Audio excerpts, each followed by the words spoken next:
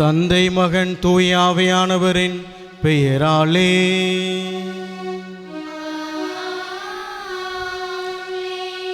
நம் ஆண்டவராகிய இயேசு கிறிஸ்துவின் அருளும் கடவுளின் அன்பும் தூய ஆவியானவரின் நட்புறவும் உங்கள் அனைவரோடும் இருப்பதாக.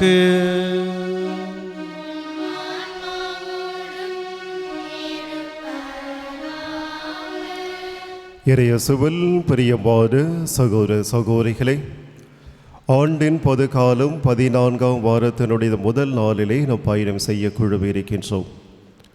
இந்த திருப்பலியிலே புனித பிரான்சிஸ் சவேரியார் குடும்பத்தில் இருக்கக்கூடிய உங்கள் ஒவ்வொருவரின் தனிப்பட்ட குடும்பங்களுக்காகவும் குடும்ப கருத்துகளுக்காகவும் ஒவ்வொரு குடும்பத்தில் இருக்கக்கூடிய பிள்ளைகள் உடலிடம் கல்வி முன்னேற்றம் வேலைவாய்ப்பிற்காக இந்த திருப்பலியிலே சிறப்பாக ஜெபிக்க இருக்கின்றோம்.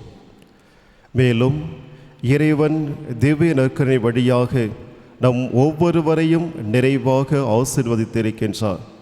எனவே இறைவன் திருப்பலி வழியாகவும் திவ்ய நற்கருணை வழியாகவும் நம் அனைவருக்கும் செய்கின்ற அனைத்து நன்மைகளுக்கு இந்த திருப்பலி வழியாக நாம் நன்றி கூறுவோம். இதோ இந்த நாளிலே நமக்காக தலைமையேற்று ஜெபிக்க இருப்பவர்கள், இந்த திருப்பலி நிறைவேற்றி கொண்டிருப்பவர் அருட்தந்தை இம்மானுவேல் அடிகள் அவர்கள். அவரோடு இணைந்து நமக்காக ஜெபிக்க இருப்பவர்கள் அருட்தந்தை அல்ஃபோன்ஸ், அருட்தந்தை ஜென்ஸ். மூவரையும் வருக வருக என வரவேற்று அருட்தந்தையர்களுடைய உடல்நலத்திற்காகவும் அவருடைய பணி சிறக்கவும் இந்த திருப்பலியினை நாம் சிறப்பாக ஜெபிப்போம்.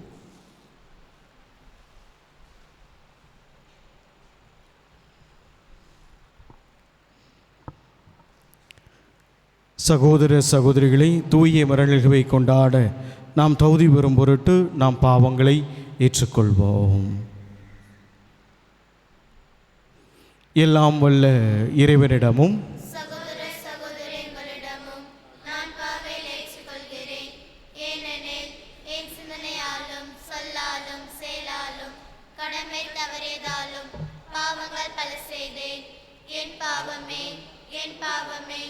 என் பெரும்பாவமே ஆகியால் எப்போதும் கன்னியான தூய மரியாவையும் வானதூதர் புனித அனைவரையும் சகோதர சகோதரங்களையும் நம் இறைவனாகிய ஆண்டவரிடம் எனக்காக வேண்டிக் கொள்ள மன்றாடுகிறேன். எல்லாம் வல்ல இறை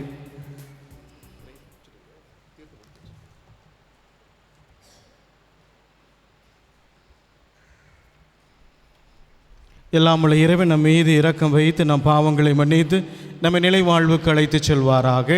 ஆமென்.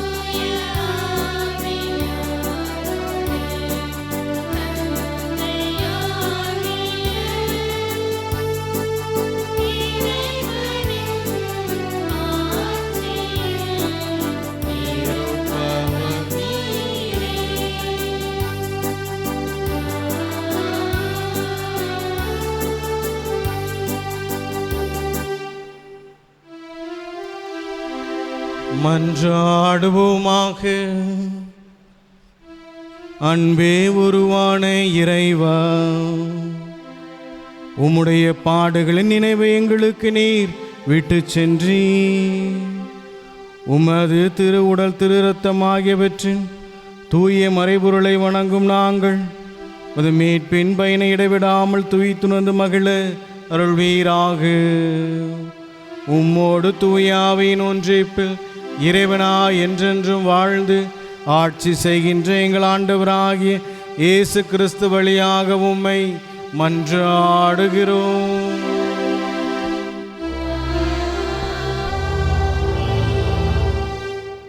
முதல் வாசக முன்னுரை. நாடு கடத்தப்பட்ட மக்கள் மீண்டும் எருசலேமுக்கு திரும்பி வருவார்கள் என்ற நம்பிக்கையையும் கடவுள் இஸ்ரேல் மீது தனிப்பட்ட அன்பையும் அக்கறையையும் கொண்டுள்ளார் என்பதை எசாயா வாயிலாக ஆண்டவர் வெளிப்படுத்துவதை இன்றைய முதல் வாசகம் விவரிக்கின்றது. கடவுளின் அன்பு தாய் அன்பை போன்றது. அந்த அன்பில் நிலைத்து இன்புறுங்கள் என்றும் வலியுறுத்தும் எசேயாவின் வார்த்தைகளை நம் மனங்களில் இருத்தி சிந்திப்போம்.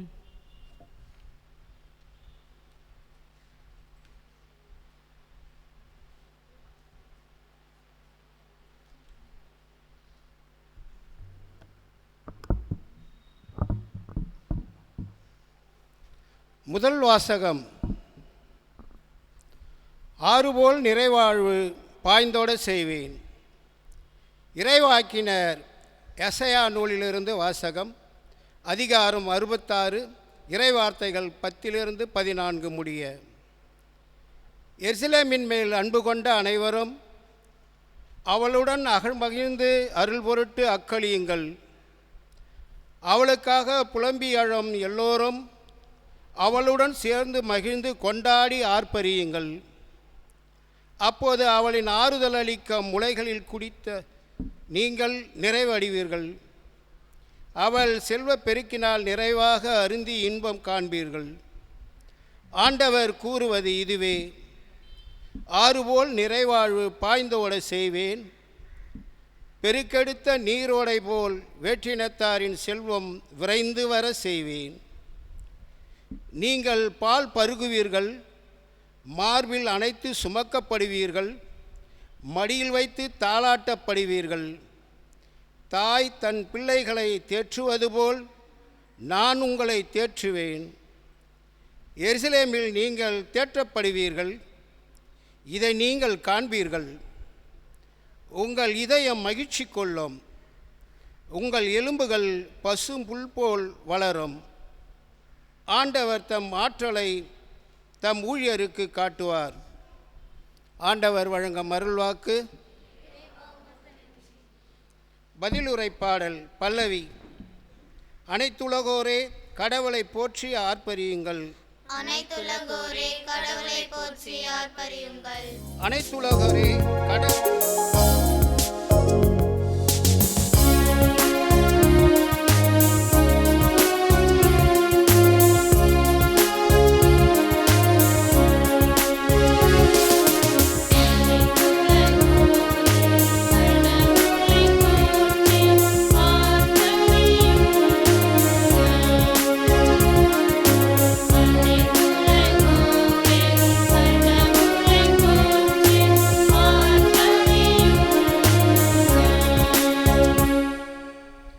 அனைத்துலகரே கடவுளை போற்றி ஆர்ப்பரியுங்கள். அவரது பெயரின் மாட்சியை புகழ்ந்து பாடுங்கள். அவரது புகழை மேன்மைப்படுத்துங்கள். கடவுளை நோக்கி உம் செயல்கள் எவ்வளவு அஞ்சத்தக்கவை என்று சொல்லுங்கள். பல்லவி.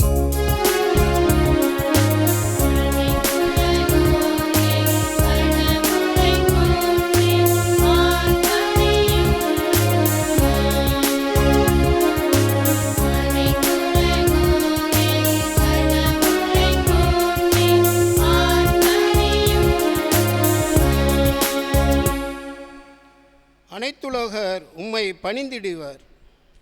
அவர்கள் உம் புகழ் பாடிடுவர். உம் பெயரை புகழ்ந்து பாடிடுவர் என்று சொல்லுங்கள். வாரீர், கடவுளின் செயல்களை பாரீர். அவர் மானிடரையே ஆட்சி வரும் செயல்கள் அஞ்சுவதற்கு உரியவை. பல்லவி.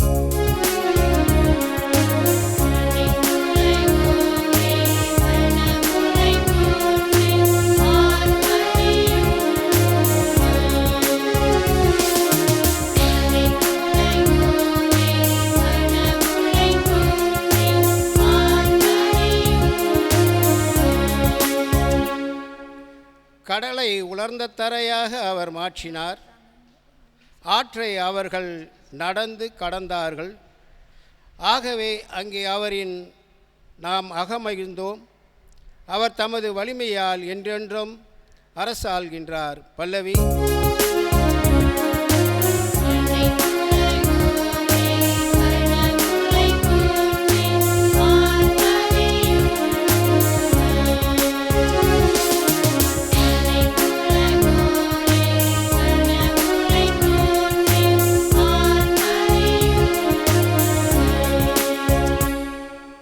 கடவுளுக்கு அஞ்சி நடப்போரே அனைவரும் வாரீர், கேளீர். அவர் எனக்கு செய்தனை எடுத்துரைப்பேன். என் மன்றாட்டை புறக்கணியாத கடவுள் போற்றி. தன் பேரன்பை என்னிடத்திலிருந்து நீங்காத இறைவன் போற்றி. பல்லவி.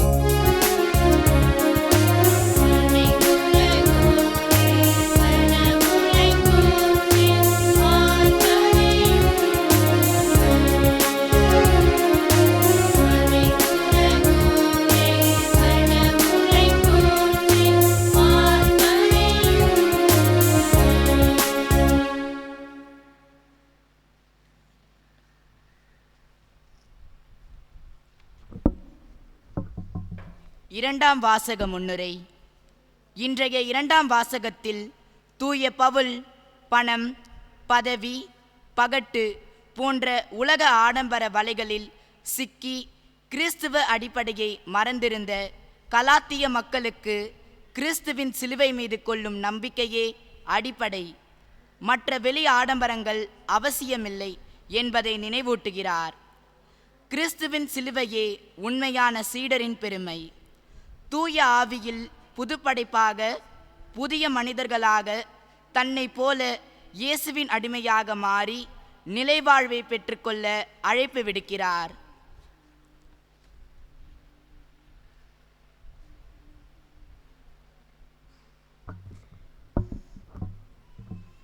இரண்டாம் வாசகம். என் உடலில் உள்ள தழும்புகள் நான் இயேசுவுக்கு அடிமை என்பதற்கு அடையாளம். திருத்தூதர் பவுல் கலாத்தியருக்கு எழுதிய திருமுகத்திலிருந்து வாசகம். இயல் 6 இறை சொற்றொடர்கள் 14 முதல் 18 முடியும்.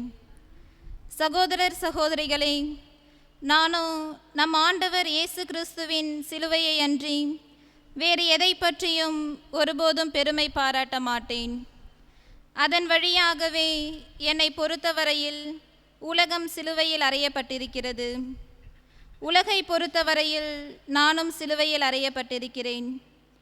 விருத்த சேதனம் செய்து கொள்வதும் செய்து கொள்ளாமல் இருப்பதும் ஒன்றே. புதிய படைப்பாவதே இன்றியமையாதது. இந்த கொள்கையை பின்பற்றுவோருக்கும் கடவுளின் மக்களாகிய இஸ்ராயலருக்கும் அமைதியும் இரக்கமும் உரித்தாகுக. இனிமேல் எவரும் எனக்கு தொல்லை கொடுக்க வேண்டாம். ஏனெனில் என் உடலில் உள்ள தழும்புகள் நான் இயேசுவுக்கு அடிமை என்பதற்கு அடையாளம். சகோதரர் சகோதரிகளே, நம் ஆண்டவர் இயேசு கிறிஸ்துவின் அருள் உங்களோடு இருப்பதாக. ஆமென். ஆண்டவர் வழங்கும் அருள்வாக்கு. இறைவா உமக்கு நன்றி.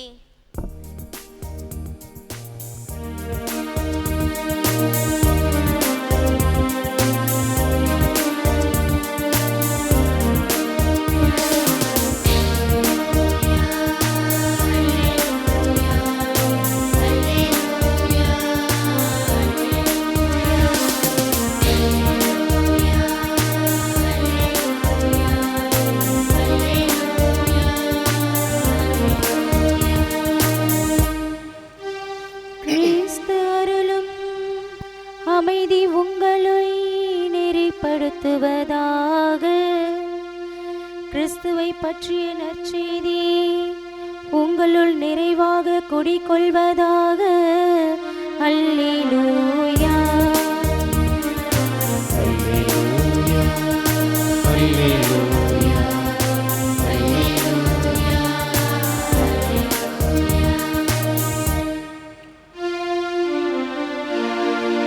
ஆண்டவர் உங்களோடு இருப்பாராக.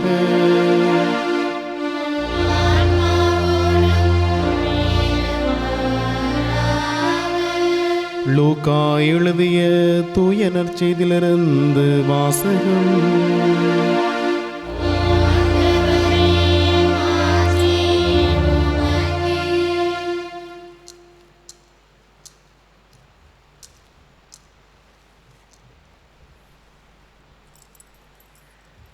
லூக்கா நற்செய்தி அதிகாரம் 10 இறை வார்த்தைகள் 1 முதல் 9 முடிய.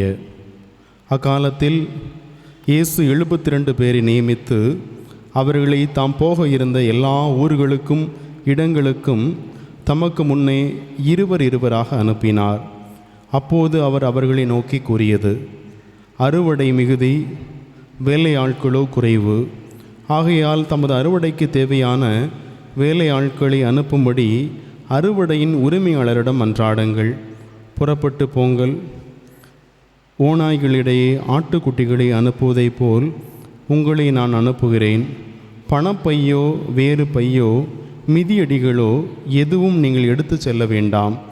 வழியில் எவருக்கும் வணக்கம் செலுத்த வேண்டாம். நீங்கள் எந்த வீட்டிற்குள் சென்றாலும் இந்த வீட்டிற்கு அமைதி உண்டாகுக என முதலில் கூறுங்கள். அமைதியை விரும்புவர் அங்கு இருந்தால் நீங்கள் வாழ்த்திக்குரிய அமைதி அவரிடம் தங்கும். இல்லாவிட்டால் அது உங்களிடமே திரும்பிவிடும். அவர்களிடம் உள்ளதை நீங்கள் உண்டு குடித்து அந்த வீட்டிலேயே தங்கியிருங்கள். ஏனெனில் வேலையால் தம் கூலிக்கு உரிமை உடையவரே. வீடு வீடாய் செல்ல வேண்டாம். நீங்கள் செல்லும் ஊரில் உங்களை ஏற்றுக்கொண்டால் உங்களுக்கு பரிமாறுவதை உண்ணுங்கள். அங்கு உடல்நலம் குன்றியோரை குணமாக்கி இறை ஆட்சி அவர்களை நெருங்கி வந்துவிட்டது என சொல்லுங்கள். ஆண்டவரின் அருள்வாக்கு.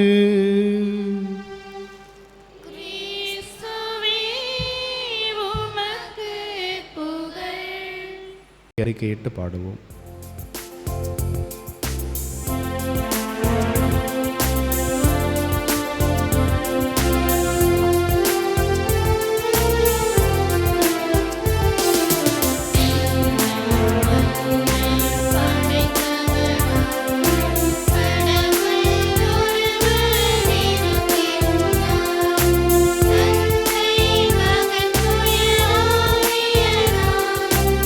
ஒன்றாய் வாழ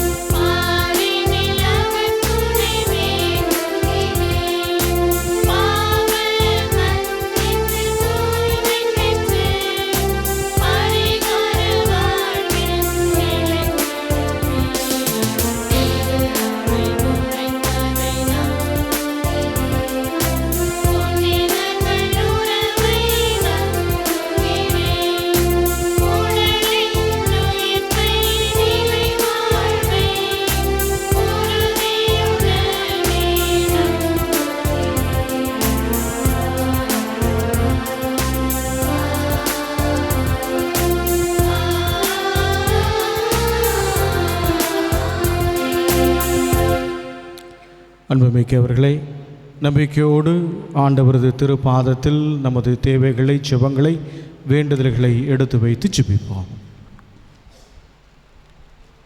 இரக்கத்தின் ஆண்டவரே, ஓநாய்களிடையே ஆட்டுக்குட்டிகளை அனுப்புவது போல் உங்களை நான் அனுப்புகிறேன் என்றுரைத்து சீடர்களை திருத்தூது பணிக்கு அனுப்பினீரே. தீமை தலைவிரித்தாடும் இவ்வுலகில் உமது தூய திரு அவையை வழிநடத்தும் திருத்தந்தை லியோ, ஆயர் பெருமக்கள், குருக்கள், துறவரத்தார் ஆகிய அனைவரையும் நீர் தாமே பாதுகாத்து வழிநடத்த வேண்டுமென்று இறைவா உம்மை மன்றாடுகிறோம். ஆறுபோல் நிறை வாழ்வு பாய்ந்தோடச் செய்வேன் என்கிற வாக்குறுதியை இன்றைய முதல் வாசகம் மூலம் தருபவரே, மூண்டு வரும் போர்களாலும் யுத்தங்களாலும் நீடித்து வரும் சண்டை சச்சரவுகளாலும் சர்வாதிகார போக்குகளாலும் பயங்கரவாத தீவிரவாத வன்முறைகளாலும் நிலை குலைந்து போயுள்ள இவ்வுலகில் அமைதி ஆரென பெருக்கெடுத்து ஓடவும் தலைவர்கள் யாவரும் சமாதானத்தின் பாதையை தேர்ந்தெடுத்து ஒழுகவும் வரமருள வேண்டுமென்று இறைவா உம்மை மன்றாடுகிறோம். தாய் தன் பிள்ளையை தேற்றுவது போல் நான் உங்களை தேற்றுவேன் என வாஞ்சையோடு வாக்களிப்பவரே, வறுமை, வேலையின்மை, நோய், முதுமை, இயலாமை, தொடர் தோல்விகள், ஏமாற்றங்கள், குடும்பத்தில் சமாதானமின்மை போன்ற பல்வேறு இன்னல்களால் அவதியுறும் மக்கள் அனைவரையும், குறிப்பாக சமீபகால விபத்துகளாலும் போர்களாலும் உறவுகளையும் உடைமைகளையும் இழந்து தவிப்போரையும் தாயின் பரிவோடு கண்ணோக்கி கரம் பிடித்து வழிநடத்த வேண்டுமென்று இறைவா உம்மை மன்றாடுகிறோம். வல்லமையின் ஆண்டவரே, இத்திருப்பலியை ஒப்புக் கொடுக்கும் எம் பாசமிகு பங்கு தந்தை அருட்திரு சகாய செல்வம் அடிகளார் அவர்களையும் மற்றும் அருட்தந்தை இமானுவேல் அடிகளார், அருட்தந்தை அல்போன்ஸ் அடிகளார், அருட்தந்தை ஜின்ஸ் அடிகளார் அவர்களையும் உமது திருக்கரங்களில் ஒப்புக் கொடுக்கிறோம். இவர்களுக்கு உடல் உள்ள ஆன்ம பலத்தை அளித்து காத்தருள வேண்டுமென்று இறைவா உம்மை மன்றாடுகிறோம். நமது தனிப்பட்ட தேவைகளுக்காக ஆண்டவரிடம் அமைதியில் ஜெபிப்போம்.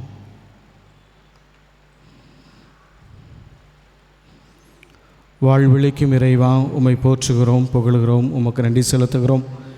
எங்களை எல்லாம் ஒரே குடும்பமாக அழைத்து வந்த மேலான கிருபைக்காக நன்றி இறைவா. நாங்கள் எழுப்பியிருக்கிற எங்களுடைய தேவைகளுக்கு தயவாய் செவி சாய்ப்பீராக.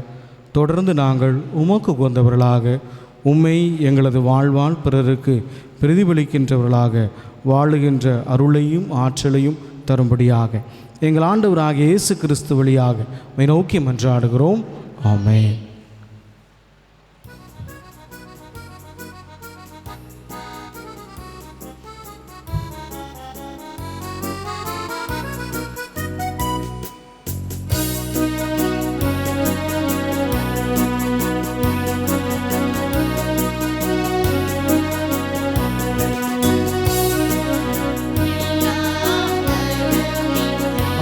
வாழ்த்தப்படுவீராக.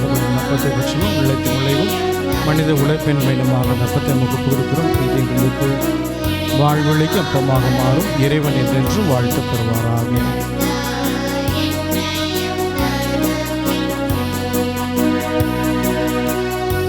ஆண்டவர் இனத்தில் வாழ்த்தப்படுகிறாக. வல்லமையின் ரசத்தை பெற்றுக்கொண்டும் நாங்கள் திராட்சை செடி மனித உழைப்பின் மூலமாக ரசத்தை நமக்கு கொடுக்கிறோம். அது எங்களுக்கு ஆன்மீக பானமாக மாறும். இறைவன் என்றென்றும் வாழ்த்தப்படுவாராக.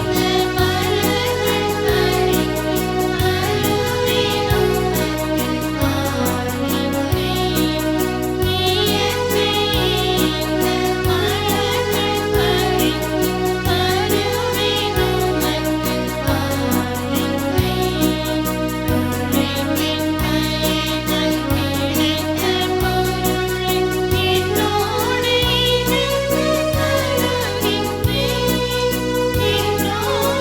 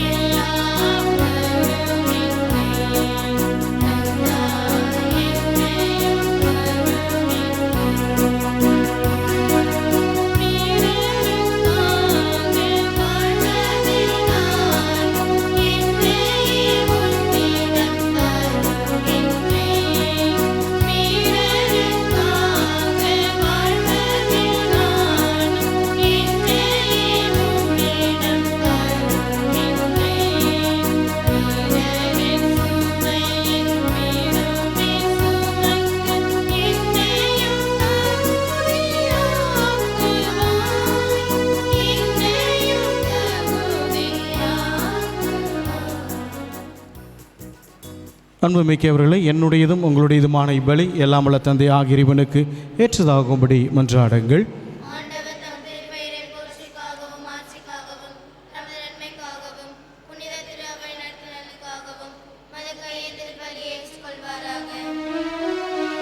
இரக்கமுள்ள இறைவா, நாங்கள் ஒப்பு கொடுக்கும் இக்காணிக்கைகள் உமது மீட்பின் மறைபொருளை எடுத்து உரைக்கின்றன. ஆதலால் உமது திரு அவைக்கு ஒற்றுமை, அமைதி ஆகிய கொடைகளை கனிவுடன் தந்தருள அருள்வீராக. எங்கள் ஆண்டவராகிய இயேசு கிறிஸ்து வழியாக உம்மை மன்றாடுகிறோம்.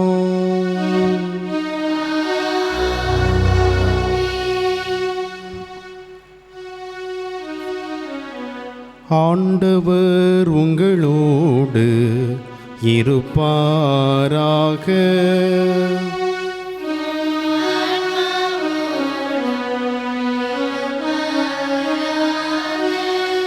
இதயங்களை மேலே எழுப்புங்கள்.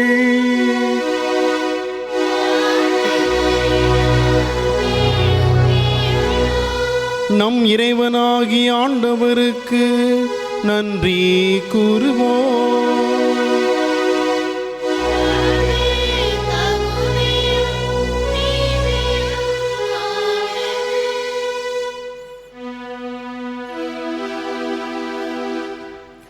ஆண்டவரே, தூயவரான தந்தையே, என்றுமுள்ள எல்லாம் வல்ல இறைவா, எங்கள் ஆண்டவராகிய கிறிஸ்து வழியாக எந்நாளும் எவ்விடத்திலும் நாங்கள் உமக்கு நன்றி செலுத்துவது மெய்யாகவே தகுதியும் நீதியுமாகும்.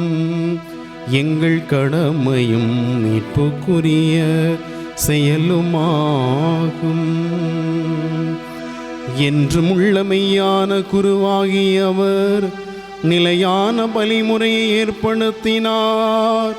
மீட்பளிக்கும் பலிபொருளாக முதல் தம்மையை உமக்கு ஒப்பு கொடுத்து தம் நினைவாக நாங்கள் பணி செலுத்த வேண்டும் என்று கற்பித்தார். எங்களுக்காக பலியான அவருடைய திருவுடலை உண்ணும் போதெல்லாம் நாங்கள் வலிமை பெறுகின்றோம். அவர் எங்களுக்காக சிந்திய திரு உடத்தத்தை பருகும் போதெல்லாம் நாங்கள் கழுவப்பட்டு தூய்மை அடைகின்றோம்.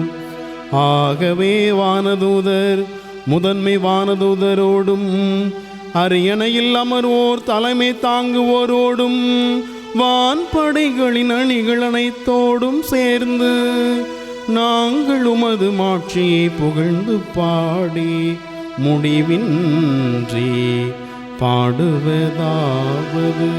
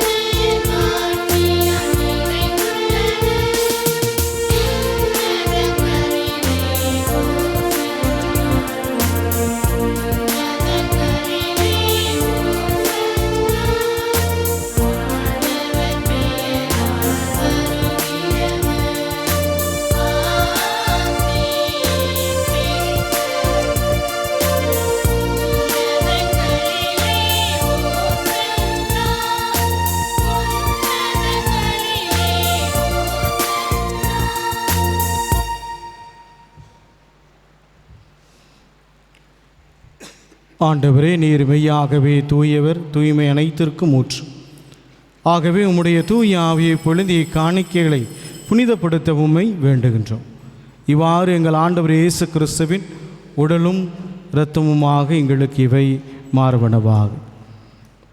அவர் பாடுபட உளம் கனிந்து தம்மை கையளித்த போது அப்பத்தை எடுத்து நன்றி செலுத்தி அதை பிட்டு தம் சீடர்களுக்கு அளித்து கூறியதாவது: அனைவரும் இதிலிருந்து பெற்று உண்ணுங்கள். ஏனெனில் இது உங்களுக்காக கையளிக்கப்படும் என் உடல்.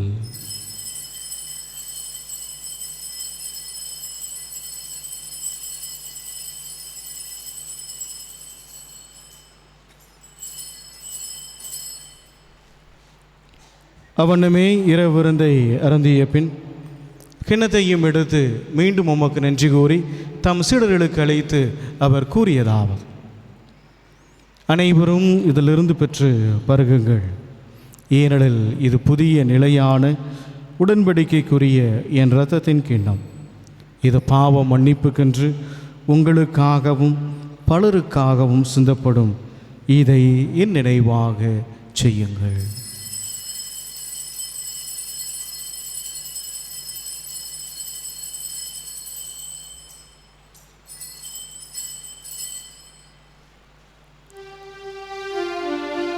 நம்பிக்கையின் மறை பொருள்.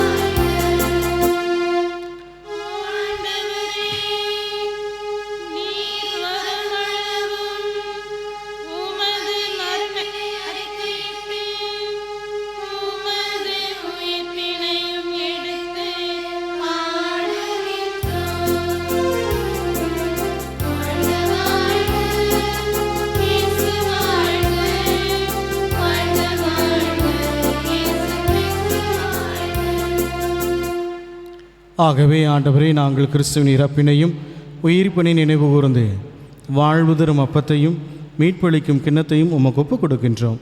திருமுனின்று ஊழியம் புரிய தகுந்தவர்கள் எங்களை ஏற்றுக்கொண்டீர்.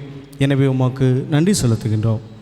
மேலும் கிறிஸ்துவின் உடலிலும் இரத்தத்திலும் பங்கு கொள்ளும் எங்களை தூய ஆவியார் ஒன்று சேர்க்க வேண்டும் என உம்மை தாழ்மையுடன் மன்றாடுகிறோம்.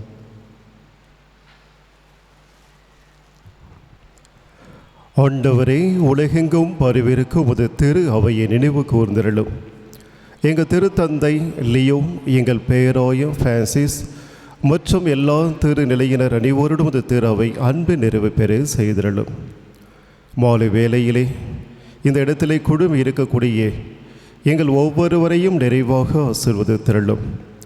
குறிப்பாக புனித பிரான்சிஸ் சவேரியார் குடும்பத்தில் இருக்கக்கூடிய ஒவ்வொரு குடும்பங்களையும் குடும்ப கருத்துகளையும் அவரது பிள்ளைகளையும் நிறைவாக ஆசீர்வதித்திரலும். குறிப்பாக இன்றைய நாள் இந்த விழாவுக்காக உழைத்து கொண்டிருக்கக்கூடிய ஒவ்வொரு நல் உள்ளங்களையும் நிறைவாக ஆசீர்வதித்திரலும். குறிப்பாக புனித இமாக்குலேட் மேல்நிலைப் பள்ளியிலே பணியாற்றக்கூடிய அருட்சகோர்கள், இருபால் ஆசிரியர் பெருமக்கள், மாணவ மாணவிகள், பணியாற்றக்கூடிய பணியாளர்கள் ஒவ்வொருவரையும் நிறைவாக ஆசீர்வதித்தருளும். அதே வேளையிலே மரியான் தொலைக்காட்சி வழியாக இந்த உன்னதமான மேன்மையான திருப்பலிகளை இணைந்திருக்கின்ற ஒவ்வொரு குடும்பங்களையும் நிறைவாக ஆசீர்வதித்தருளும்.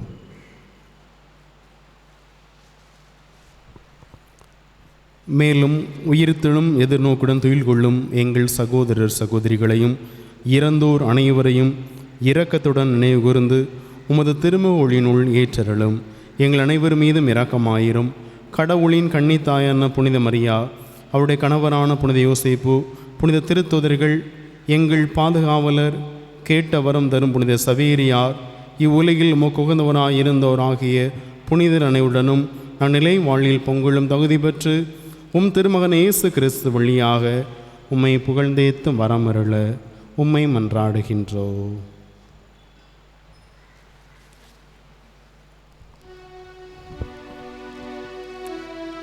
இவர் வழியாக இவரோடு இவரில் எல்லாம் வல்ல இறைவனாகிய தந்தையே,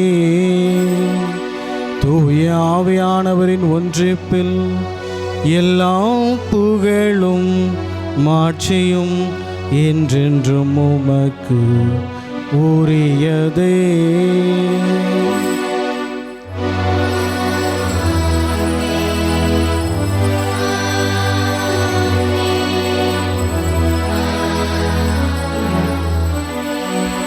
மீட்பரின் கட்டளையால் கற்பிக்கப்பட்டு இறைபடைப்பினால் பயிற்சி பெற்ற நாம் இணைந்து பாடுவோம்.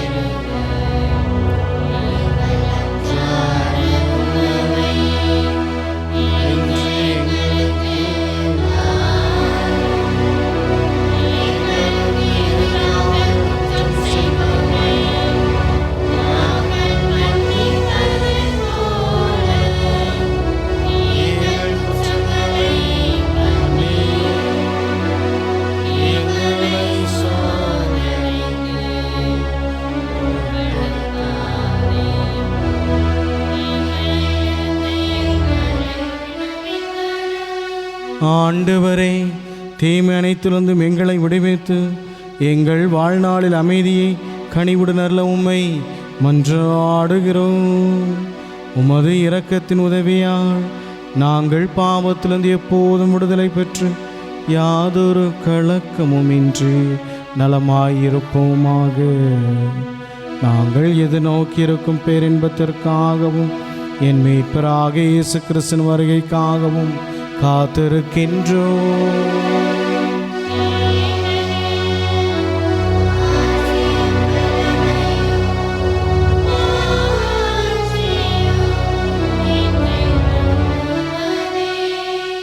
ஆண்டவரே இயேசு கிறிஸ்துவே, அமைதியை உங்களுக்கு விட்டுச் செல்கிறேன், என் அமைதியை உங்களுக்கு தருகிறேன் என்று உம் திருத்தூதர்களுக்கு மொழிந்தீரேன். எங்கள் பாவங்களை பாராமல் உன் திருவையின் நம்பிக்கையை கண்ணோக்கி உன் திருவுளத்திற்கு ஏற்ப அமைதியும் ஒற்றுமையும் அளித்திருள்வீரா. என்றென்றும் வாழ்ந்து ஆட்சி செய்கின்றவர் நீரே. ஆண்டவரது அமைதி உங்களோடு என்றும் இருப்பதாக.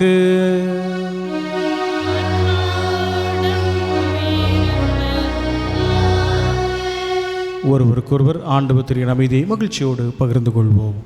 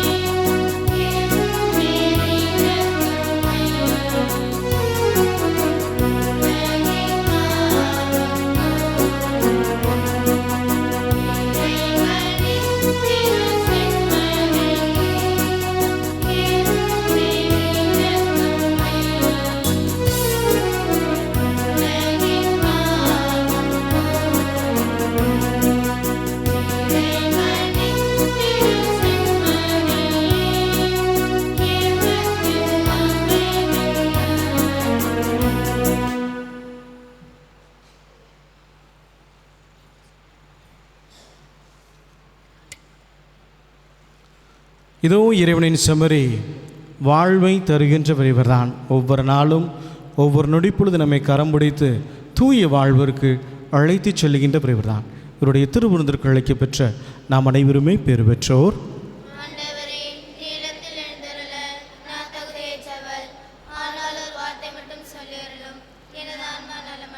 கிறிஸ்துவின் திருவுடல் திருத்தமனை காத்து நிலை வாழ்வு அளிப்பதாக.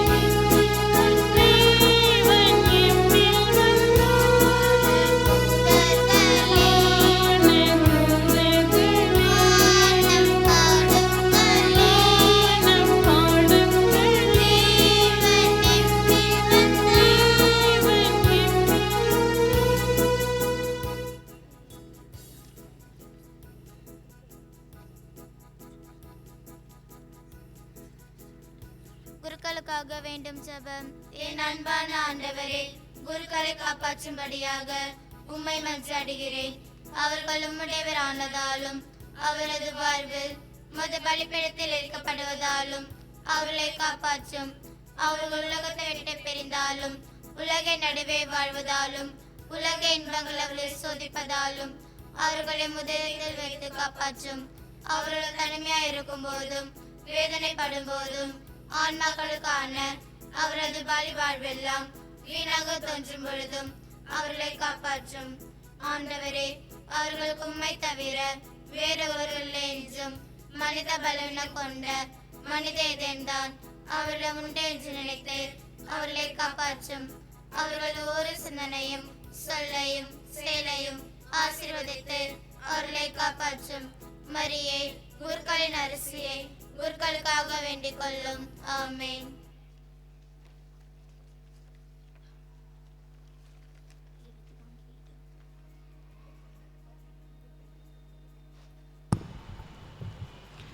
அனைவரும் எழுந்திருந்து இறைவனுக்கு நன்றி செலுத்துவோம்.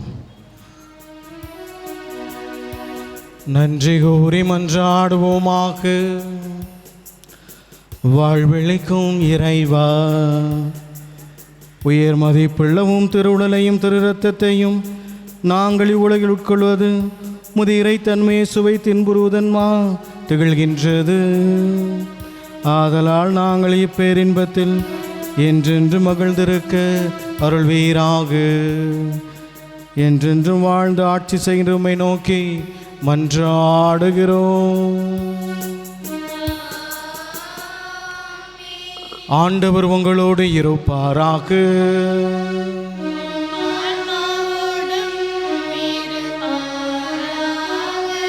எல்லாம் வல்ல இறைவன் தந்தை, மகன், தூயாவி உங்களை ஆசீர்வதிப்பாராக.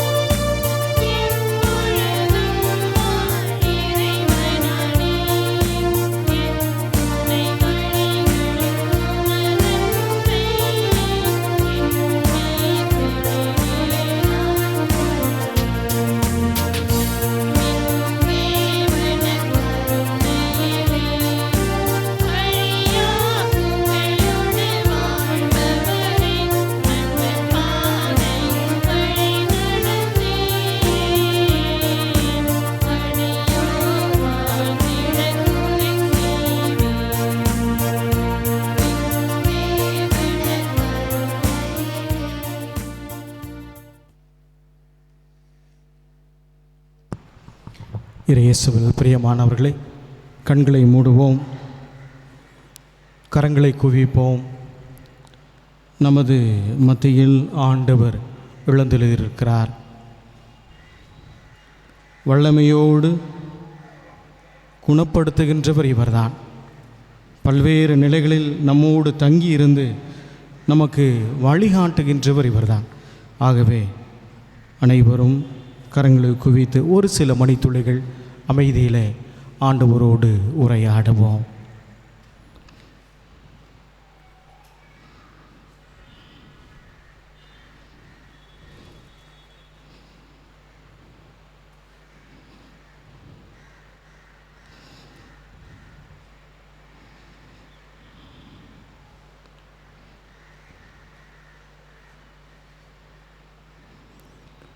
இந்த நேரத்தில் ஆண்டவரை முழு உள்ளத்தோடு ஆராதிக்க வேண்டும். ஆண்டவரை முழு உள்ளத்தோடு அவருக்கு நாம் நன்றி செலுத்த வேண்டும் என்பதை உணர்ந்தவர்களாக இந்த பாடலை நாம் பாடுவோம்.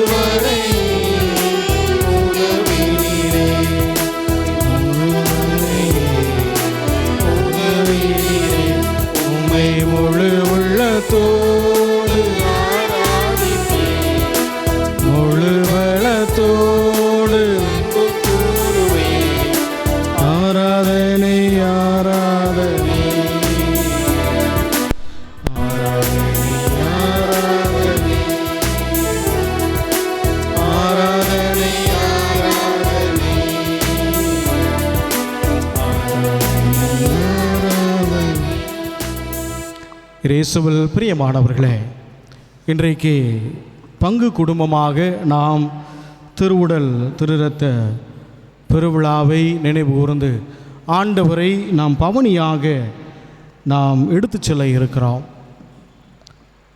ஆண்டவரை பவனியாக எடுத்துச் செல்லுதல் என்பது நமது கத்தோலிக்க கிறிஸ்தவ மரபில் மிகவும் ஒரு ஆழமான இறை நம்பிக்கையை நமது உள்ளத்தில் விதைக்கின்ற ஒரு பெரு நிகழ்வு என்பதை வழிபாடுகள் நமக்கு எடுத்துரைக்கின்றன.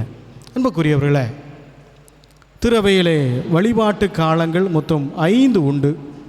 ஒன்று பொதுக்காலம், இரண்டாவது தவக்காலம், மூன்றாவது திருவருகை காலம், கிறிஸ்து பிறப்பு காலம், உயிர்ப்பு காலம் என்று 5 வழிபாட்டு காலங்களை நாம் கொண்டாடி மகிழ்ந்து கொண்டு இருக்கிறோம்.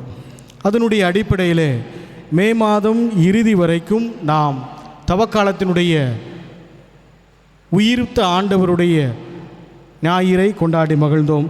ஜூன் மாதம் முழுவதும் விழாக்களை கொண்டாடி மகிழ்ந்தோம்.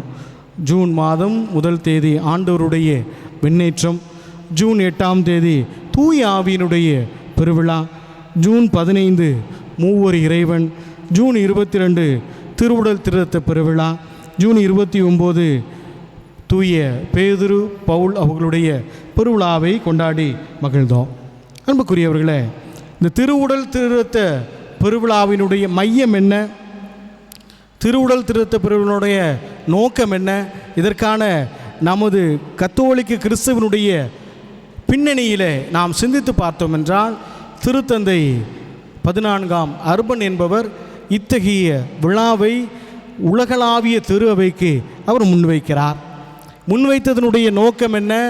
ஒவ்வொரு கிறிஸ்தவனும் நற்கருணை ஆண்டவர் மீது கொண்டிருக்கிற நம்பிக்கையிலே அவர்கள் இன்னும் ஆளப்பட வேண்டும் என்பது மட்டுமல்லாமல், ஆண்டவருடைய இரக்கத்தையும் அன்பையும் அவர்கள் சுவைத்தவர்களாக பிறருக்கு அதை எடுத்து இயம்புகின்ற ஒரு நல்ல கத்தோலிக்க கிறிஸ்தவ வாழ்வை அவர்கள் வாழ வேண்டும் என்பதை எடுத்துரைப்பதாகத்தான் இந்த விழாவை திருத்தந்தை அவர்கள் உலகளாவிய திரு அவைக்கு அவர் எடுத்துரைக்கிறார். இயேசுவில் பிரியமானவர்களே, இறை வார்த்தைகள் ஆண்டவருடைய இந்த திருவுடல் திருத்த பெருவிழாவை முன்னிறுத்துகின்றன. 4 நற்செய்தியாளர்களும் ஆண்டவருடைய திருவிருந்தை குறித்த இறை வார்த்தைகள் தெளிவுபடுத்தப்படுகின்றன. அதிலும் குறிப்பாக மத்தேயு நற்செய்தி, மார்க்கு நற்செய்தி, லூக்கா நற்செய்தியை பார்த்தோம் என்றால், ஆண்டவர் உணவின் போது சீடர்களோடு இருந்த அந்த நிலையை ஆண்டவர் அங்கு எடுத்துரைப்பதாக 4 நற்செய்தியாளர்களும் எடுத்துரைக்கிறார். யோவான் நற்செய்தியாளர் இன்னும் ஆழமாக சென்று, இதை என் நினைவாக செய்யுங்கள், நான் செய்தது போலவே நீங்களும் செய்ய வேண்டும் என்ற ஒரு அன்பு கட்டளையை சீடர்களுக்கு எடுத்துரைத்தார் என்பதைத்தான் யோவான் நற்செய்தியாளர் எடுத்துரைக்கிறார். இயேசுவில் பிரியமானவர்களே, இதனுடைய நோக்கம் என்ன? இன்றைக்கு நாம் நற்கருணை ஆண்டவரே நமது மத்தியில் எழுந்தருளி இருக்கிறார்.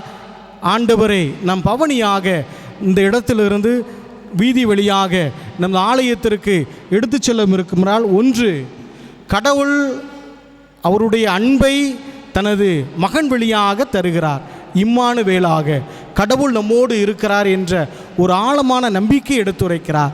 எங்கு? யோவான் நற்செய்தி அதிகாரம் 1 இறைவார்த்தை 14 வார்த்தை மனு உருவானார், நம்முடையே குடிகொண்டார். ஆக நம்முடையே குடிகொண்டு இருக்கிற இறைவனை, தன் மகனை இன்றைக்கு நாம் பவனியாக எடுத்து செல்ல இருக்கிறோம்.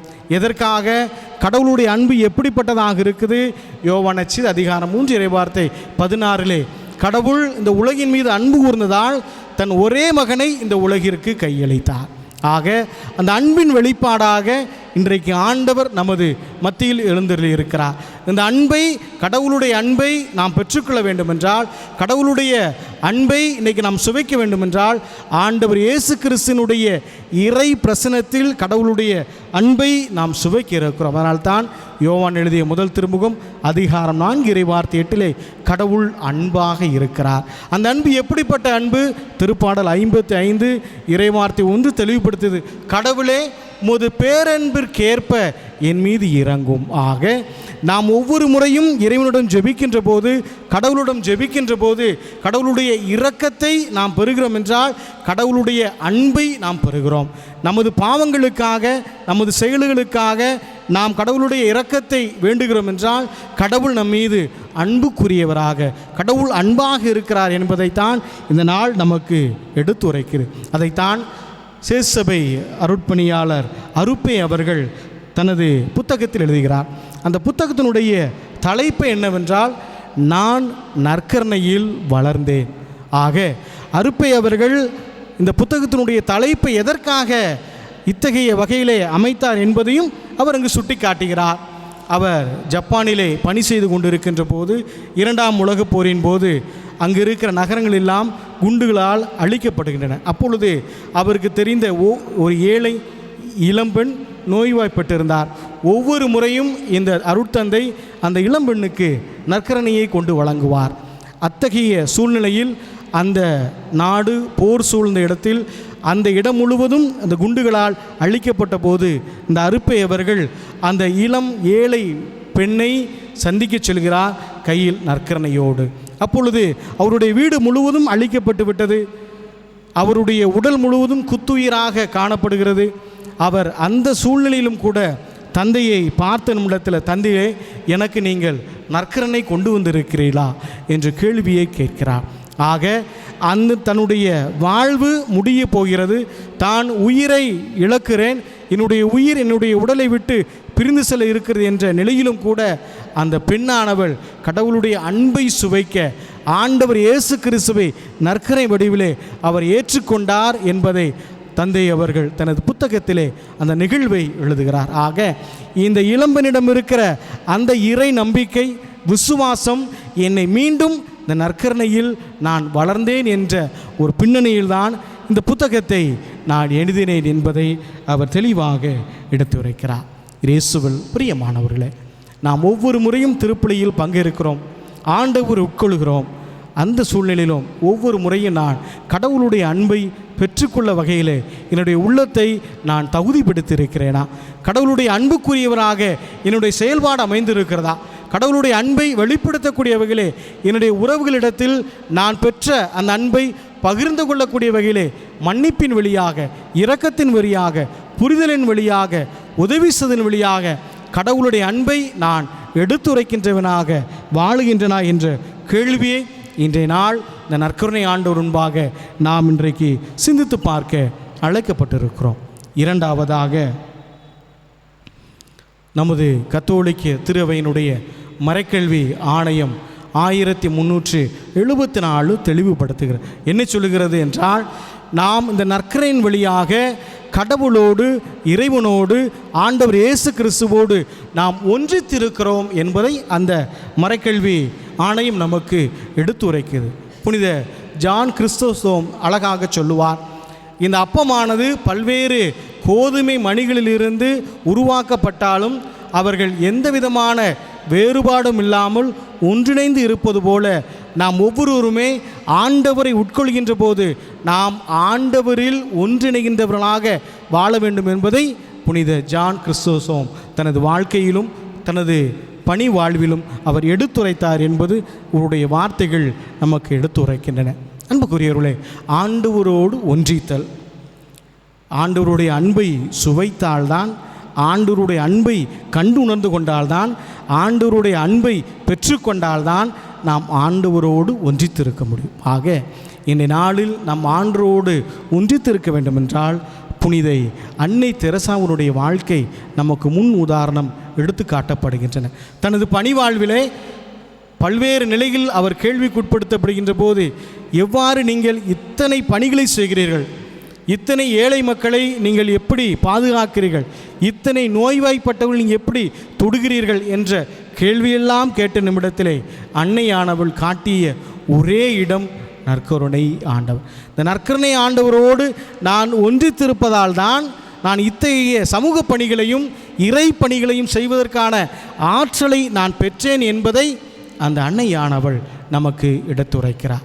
யோவான செய்தி அதிகாரம் 15 இறைவார்த்தை 4 எடுத்துரைப்பது, நாம் எப்படி ஆண்டவரோடு இணைந்திருக்க வேண்டுமென்றால், ஒரு கொடி செடியோடு இணைந்திருக்கின்ற போதுதான் அது கனி தரும். ஆக நாம் இந்த நாளிலே ஆண்டவரோடு இணைந்திருக்கின்ற போதுதான் நாம் கனி தரக்கூடியவர்களாக நம்முடைய வாழ்வு மாறும். அப்படி என்றால் இன்றைக்கு நான் பெற்ற திருமுழுக்கின் வழியாக, பெற்ற அருளுடையாளங்கள் வழியாக நான் தூய ஆவியினுடைய கனிகளை என்னுடைய வாழ்விலே பிறருக்கு எனக்கு எடுத்துரைக்கின்ற கனி தருகின்றவர்களாக நாம் வாழ்ந்து கொண்டு இருக்கிறோமா என்ற கேள்வியை எழுப்பி பார்க்க இன்றைய நாள் நமக்கு அழைப்பு கொடுக்கிறது. மூன்றாவதாக, புனித 2ஆம் ஜான் பால் அவர்கள் அழகாக எடுத்துரைப்பார்கள், நற்கருணை என்பது ஆண்டவரை சுமப்பதும் அறிவிப்பதும் என்பதை அவர்கள் திருத்தந்தை அழகாக சொல்லுவார்கள். ஆக இன்றைக்கு நீங்களும் நானும் நற்கருணை ஆண்டவர் முன்னாடி அமர்ந்திருக்கிறோம் என்றால், ஜெபித்து கொண்டு இருக்கிறோம் என்றால், அவருடைய ஆசீர்வாதத்தை பெற்றுக்கொண்டு இருக்கிறோம் என்றால், இன்றைக்கு நானும் நீங்களும் ஆண்டவரை சுமப்பவர்களாக வாழ்ந்து கொண்டு இருக்கிறோமா என்ற கேள்வியை கேட்டு பார்ப்போம். ஆண்டவரை சுமந்தது மட்டுமல்லாமல் பிறருக்கு அறிவிக்கின்ற ஒரு நற்செய்தி பணியாளர்களாக எனது வாழ்வு, எனது குடும்பத்திற்கு இத்தகைய ஒரு பணியை செய்யக்கூடிய மனநிலையில் நான் வளர்ந்து கொண்டிருக்கிறேனா என்ற கேள்வியை எழுப்பி பார்ப்போம். 2007, 2008 இந்த 2 ஆண்டுகளிலும் கந்தமால் என்ற ஒரு பகுதியிலே பல்வேறு கிறிஸ்தவர்கள் கொன்று குவிக்கப்பட்டார்கள். எந்த அளவிற்கு என்றால் 100 கிறிஸ்தவர்கள் எரித்து கொல்லப்பட்டார்கள். 6500 கிறிஸ்தவ வீடுகள் தீக்கிரையாக்கப்பட்டன. பல பெண்கள் பாலியல் வன்கொடுமைக்கு ஆளாக்கப்பட்டார்கள். 12000 குழந்தைகள் அவர்கள் தன்னுடைய கல்வி இழந்தார்கள். காரணம், அவர்கள் எல்லாம் கிறிஸ்தவர்களாக இருந்ததால், ஆண்டவரை பின்பற்றியதால் என்ற நிலை ஏற்படுகிறது. அதற்கு பின்பாக, இந்த நிகழ்வுக்கு பின்பாக மும்பையிலே நற்கருணை மாநாடு என்ற ஒரு நிகழ்வு நடக்கிறது. இந்த கந்தமாலில் பாதிக்கப்பட்ட ஒரு பெண்மணி அங்கு இருக்கிற பேராயர்கள், ஆயர்கள், அருட்பணியாளர்கள், அருட்சகோதரிகள், பல்வேறு இறை நம்பிக்கையாளர் முன்னிலையில் அவர் ஒரு சாட்சியை கூறினார்.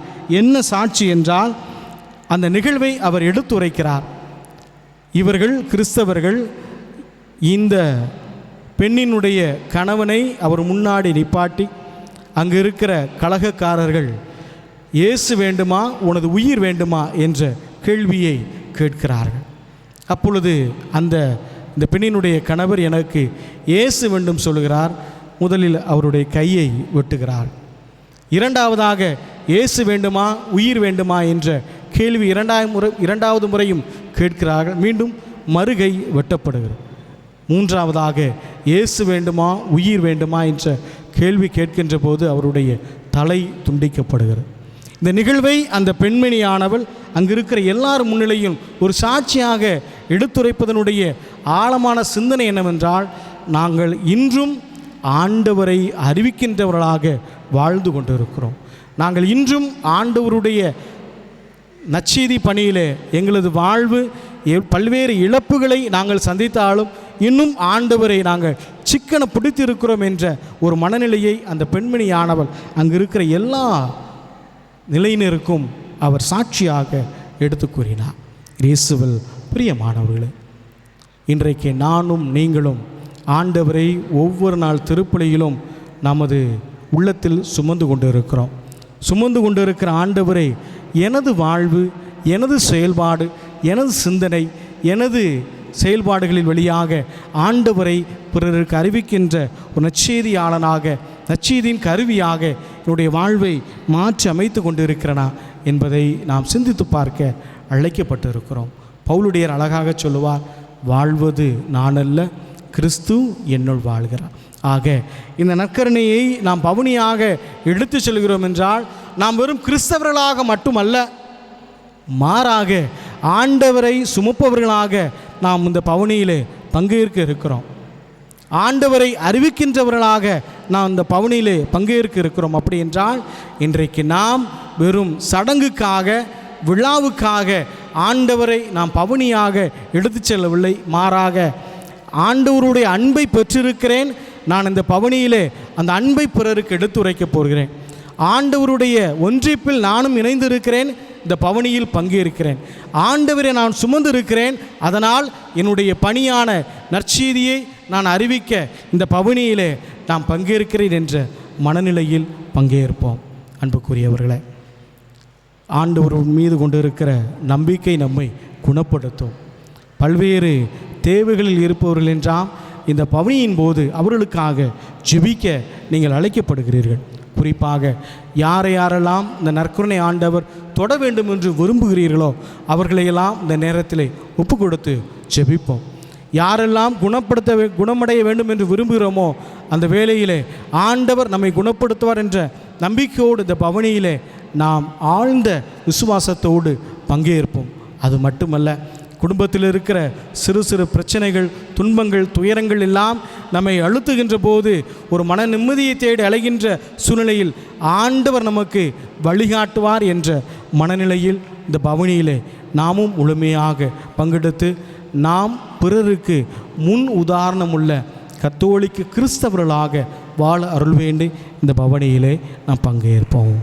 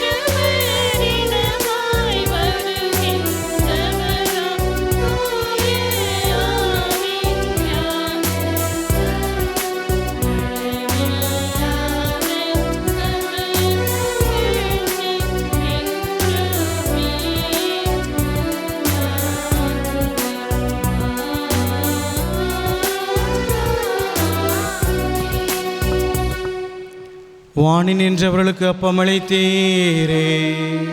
இனிமையெல்லாம் தன்னகத்தை கொண்ட அப்பம் இதுவே. மன்றாடுவோமாக. இறைவா, இந்த வியப்புக்குரிய அருளுடைய ஆழத்திலே உம்முடைய திருப்பாடுகள் நினைவு எங்களுக்கு விட்டு சென்று உமது திருவுடல் திரு ரத்தம் இவற்றின் மறைபொருளை வணங்கும் நாங்கள் உமது மீட்பின் பலனை இடைவிடாமல் அனுபவிக்க அருள் புரியும். தந்தையாகிய இறைவனோடு தூய ஆவியின் ஒன்றிப்பில் என்றென்றும் ஆட்சி செய்கின்றவர் நீரே.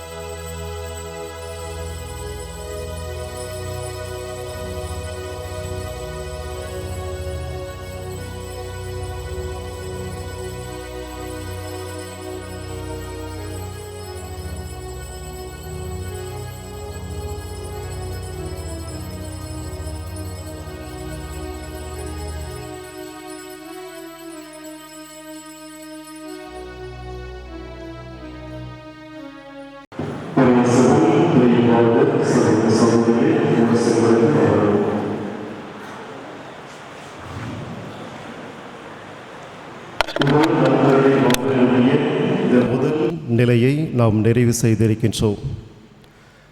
திருப்பலி நிறைவேற்றுவதற்கும் நற்கருணை ஆண்டவரை பற்றி சிந்தனைகளை மனதில் இருத்திக் கொள்வதற்கும் இந்த இடத்தை ஏற்பாடு செய்து நமக்காக கொடுத்திருக்கக்கூடிய இமாக்குலேட் மேல்நிலைப் பள்ளியினுடைய பிரின்சிபல் அருட்சகோதரி ஹெல்டா அவர்களுக்கும் அவரோடு இணைந்து பணியாற்றக்கூடிய அருட்சகோதரர்கள், இருபால் ஆசிரியர் பெருமக்கள், பணியாளர்கள் ஒவ்வொருவருக்கும் புனித பிரான்சிஸ் சவேரியார் குடும்பத்தின் சார்பாக மனமார்ந்த நன்றிகளையும் வாழ்த்துகளையும் ஜெபங்களையும் உரித்தாக்கிக் கொள்வோம்.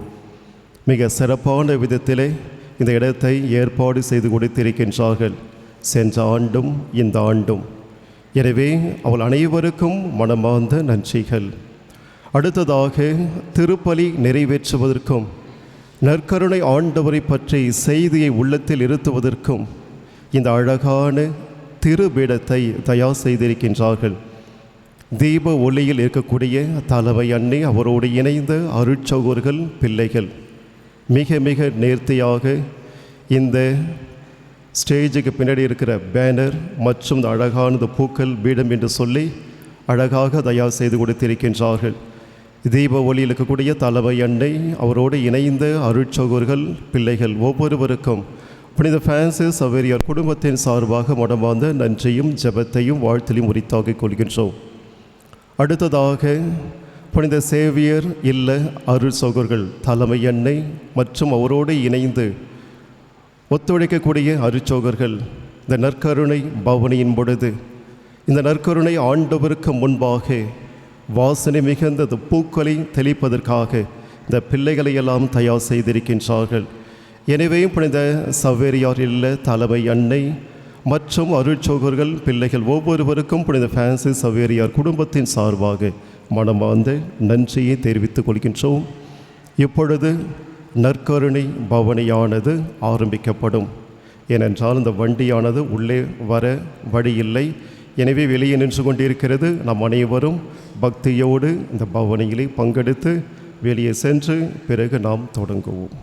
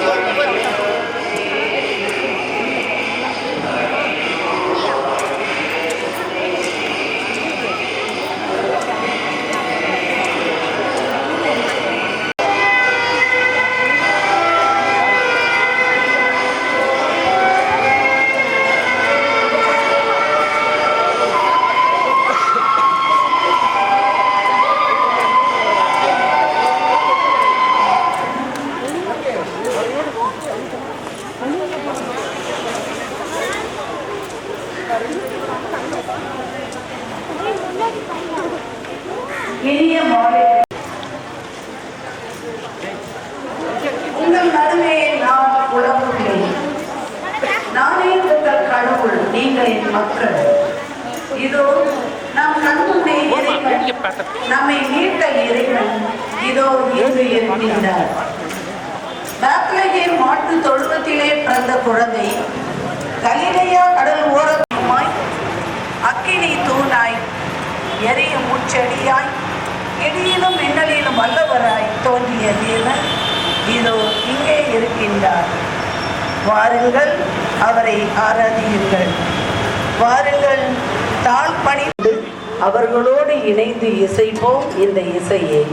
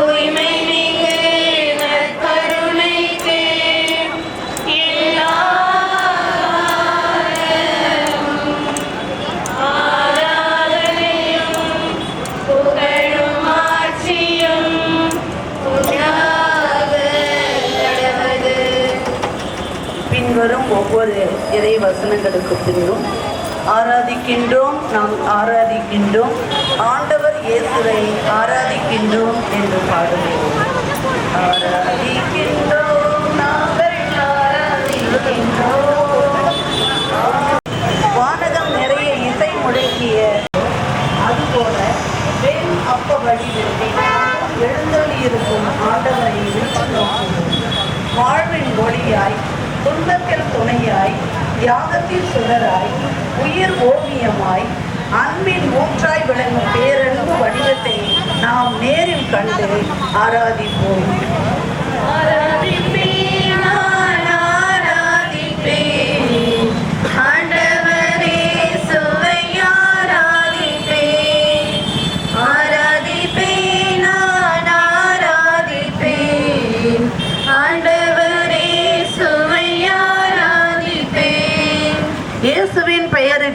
விண்ணவர் மன்னவர் கீழுலகோர் அனைவரும் மண்டியிடுவர். தந்தையாம் கடவுளின் மாட்சிக்காக இயேசு கிறிஸ்து ஆண்டவர் என எல்லா நாவுமே அறிக்கையிடும். நாங்கள் செலுத்தும் இந்த ஆராதனையை தயவோடு எங்களுக்கு ஏற்று அருள் புரிவதாக. ஆமென்.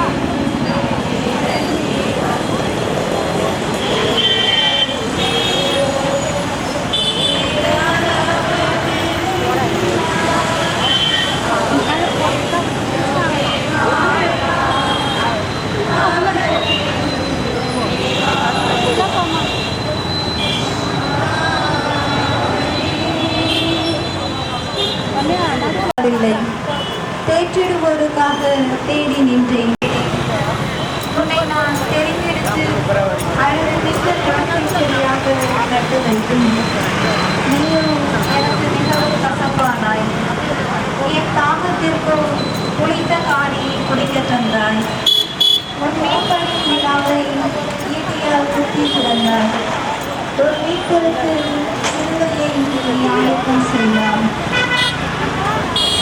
நமது பாவங்களை நினைத்து வருந்தி சோம்பல் குளிர்ந்த மனம் யாவும் அவரது நீர்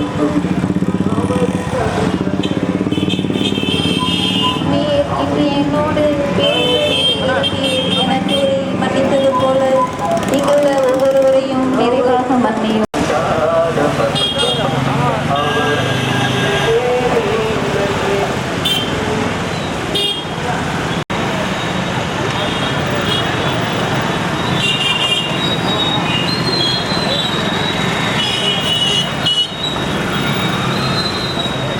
தூய நற்செய்தியிலிருந்து வாசகம். அதிகாரம் 6 இறை வார்த்தைகள் 51 முதல். விண்ணகத்திலிருந்து இறங்கி வந்த வாழ்வதன் உணவு நானே. இந்த உணவை எவராவது உண்டால் அவர் என்றுமே வாழ்வார். அவர்களிடையே எழுந்தது. இயேசு அவர்களிடம், உறுதியாக உங்களுக்கு சொல்கிறேன், மானிட மகனுடைய சதையை உண்டு அவருடைய இரத்தத்தை குடித்தால் ஒழிய நீங்கள் வாழ்வடைய மாட்டீர்கள். எனது சதையை உண்டு என் இரத்தத்தை குடிப்பவர் நிலை வாழ்வை கொண்டுள்ளார். நானும் அவரை இறுதி நாளில் உயிர்த்தெழச் செய்வேன். எனது சதை உண்மையான உணவு, எனது இரத்தம் உண்மையான பானம். எனது சதையை உண்டு எனது இரத்தத்தை குடிப்போர் என்னோடு இணைந்திருப்பர், நானும் அவர்களோடு இணைந்திருப்பேன். வாழும் தந்தை என்னை அனுப்பினார், நானும் அவரால் வாழ்கிறேன். அதுபோல் என்னை உண்போரும் என்னால் வாழ்வர். விண்ணகத்திலிருந்து இறங்கி வந்த உணவு இதுவே. இது நம் முன்னோர் உண்ட உணவு போன்றது அல்ல. அதை உண்டவர்கள் இறந்து போனார்கள். இவ்வுணவு உண்போர் என்றும் வாழ்வர். கிறிஸ்துவின் வாழ்வு வழங்கும் நற்செய்தி. ஆண்டவர் இயேசுவில் அன்பிற்கினிய சகோதர சகோதரிகளே, நற்கருணை ஆண்டவரை நம்முடைய வீதிகளில் நாம் பவனியாக எடுத்து வந்து கொண்டிருக்கின்றோம். நற்கருணையில் நம் ஆண்டவர் தன்னுடைய நிலையான பிரசனத்தை நமக்கு தந்து வழியெடுத்துக் கொண்டிருக்கின்றார். இயேசுவின் முழுமையான நிறைவான உடல்